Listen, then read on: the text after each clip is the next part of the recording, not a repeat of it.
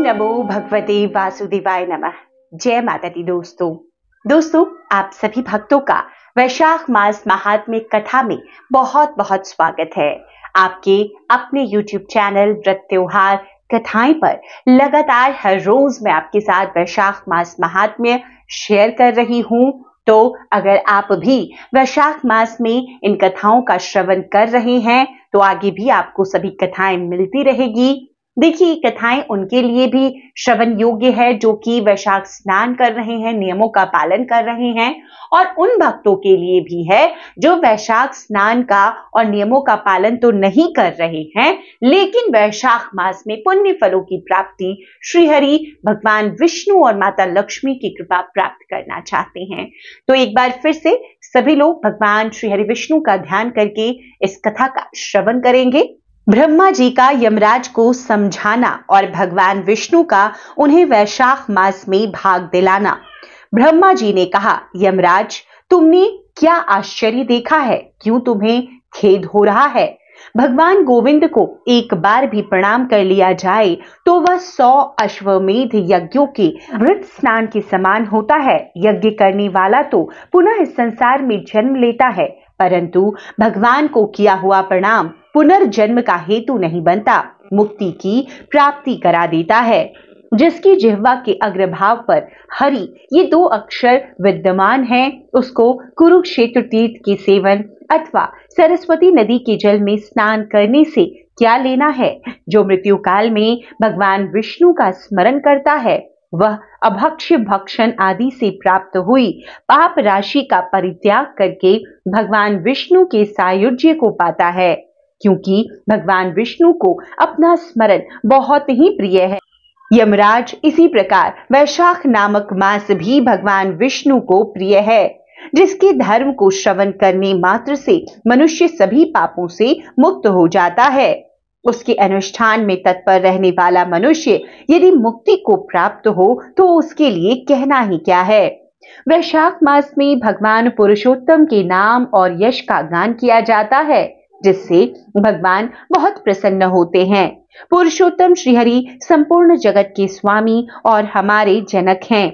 यह राजा कीर्तिमान वैशाख मास में उन्हीं भगवान के प्रिय धर्मों का अनुष्ठान करता है, जिससे प्रसन्न चित्त होकर भगवान विष्णु सदा उसकी सहायता में स्थित रहते हैं। भगवान वासुदेव के भक्तों का कभी अमंगल नहीं होता। उन्हें जन्म, मृत्यु, जरा और व्याधि का भय भी नहीं प्राप्त होता। कार्य में नियुक्त किया हुआ पुरुष यदि अपनी पूरी शक्ति लगाकर स्वामी के कार्य साधन की चेष्टा करता है तो उतने से ही वह कृतार्थ हो जाता है। यदि शक्ति के बाहर का कार्य उपस्थित हो जाए तो स्वामी को उसकी सूचना दे दे। उतना कर देने से वह उऋण हो जाता है और सुख का भागी होता है, जिससे उस प्रयोजन को स्वामी से निवेदित कर दिया, उसके ऊपर न कोई ऋण है और न पातक ही लगता है। अपने कर्तव्य पालन के लिए पूरा यत्न कर लेने पर प्राणी कोई अपराध नहीं रहता। वह कार्य तुम्हारे लिए असंभव है, अतः इसके विषय में तुम्हें शोक नहीं करना चाहिए। ब्रह्मा जी के ऐसा कहने पर यमराज ने दीन वाणी में कहा, तात, मैंने आपके चरणों की सेवा से सब कुछ पा लिया। तब ब्रह्मा जी ने पुनः समझाते हुए कहा, धर्मराज, राजा कीर्तिमान विष्णु धर्म के पालन में तत्पर है।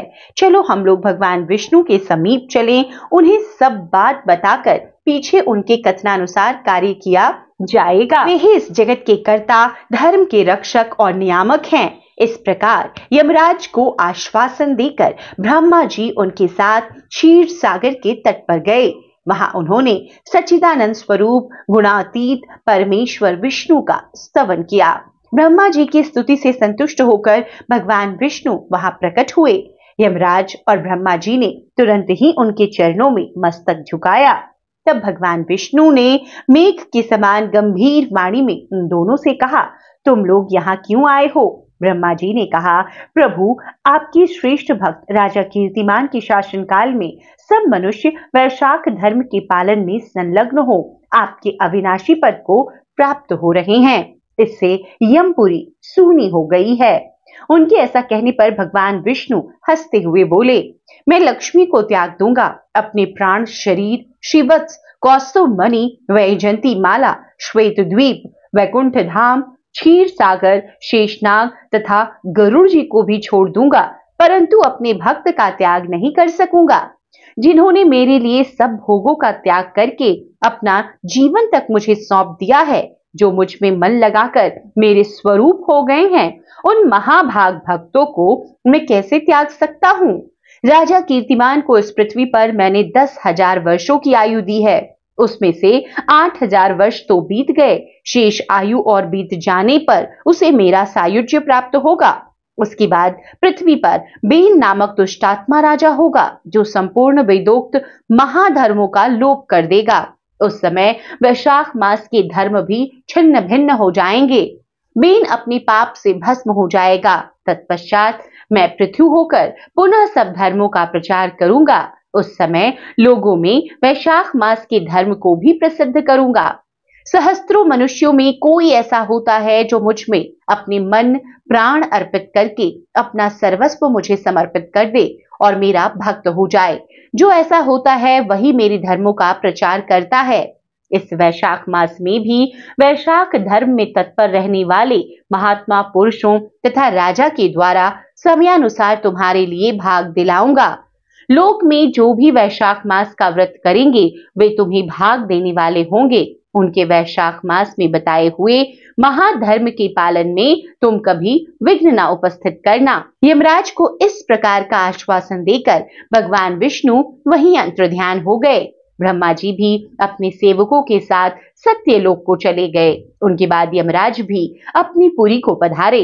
वैशाख मास की पूर्णिमा को पहले धर्मराज के उद्देश्य से जल से भरा हुआ घड़ा, दही और अन्न देना चाहिए। उसके बाद पितरों, गुरुओं और भगवान विष्णु के उद्देश्य से शीतल जल, दही, अन्न, पान और दक्षिणा फल के साथ कांसे के पात्र में रखकर ब्राह्मण को देना चाहिए।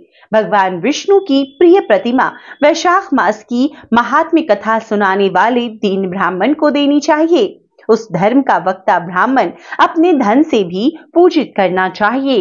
राजा कीर्तिमान ने सब कुछ उसी प्रकार किया। उन्होंने पृथ्वी पर मनोवांछित भोग कर शेष आयु पूर्ण होने के पश्चात पुत्र पौत्र आदि के साथ विष्णु धाम को प्रस्थान किया। मिथिलापति ने कहा, महामते, दुरात्मा राजा बेन प्रथम स्वयंभू मनवंतर में हुआ था और ये राजा इक्ष्वाकु कुलभूषण कीर्तिमान वैवस्वत मनवंतर के व्यक्ति हैं। यह बात पहले मैंने आपके मुख से सुन रखी है, परंतु इस समय आपने और ही बात कही है कि यह राजा जब वैकुंठवासी हो जाएंगे इसके बाद राजा बेन उत्पन्न होगा। मेरे इस संशय को आप निवृत्त कीजिए। श्रुतदेव जी ने कहा, राजन, पुराणों में जो विषमता प्रतीत होती है वह युग भेद और कल्प भेद की व्यवस्था के अनुसार है। किसी कल्प में ऐसा ही हुआ होगा कि पहले राजा कीर्तिमान और पीछे बेन हुआ होगा। इसीलिए कहीं कथा में समय की विपरीतता देखकर उसके अप्रामाणिक होने की आशंका नहीं करनी चाहिए। तो इस प्रकार वैशाख मास महात्म्य का अध्याय 6 समाप्त होता है, जिसमें कि ब्रह्मा जी का यमराज को समझाना और भगवान विष्णु का उन्हें वैशाख मास में भाग दिलाने का आश्वासन दिया गया और बताया गया कि किस प्रकार से आगे जो राजा आएंगे वो एक बार फिर से पाप कर्म फैलाएंगे इस धरती पर, लेकिन फिर से वैशाख मास का महात्म्य लोगों में बताया जाएगा और प्रचार प्रसार कर एक बार फिर से इस नियम का लोग पालन करेंगे। तो दोस्तों, वैशाख मास की महत्ता स्वयं भगवान श्री हरि विष्णु ने यहाँ पर यमराज को बताई है इस कथा में। इसी के साथ में आज जो है अध्याय 6 की यह कथा यहीं पर समाप्त होती है। उम्मीद करती हूँ कि आपको यह कथा पसंद आई होगी।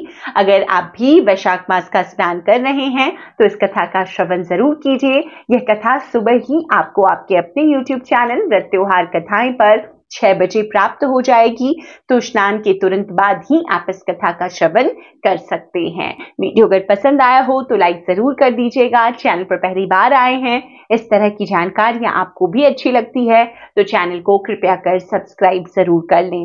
वीडियो देखने के लिए बहुत बहुत शुक्रिया। जय माता दी। हर हर महादेव।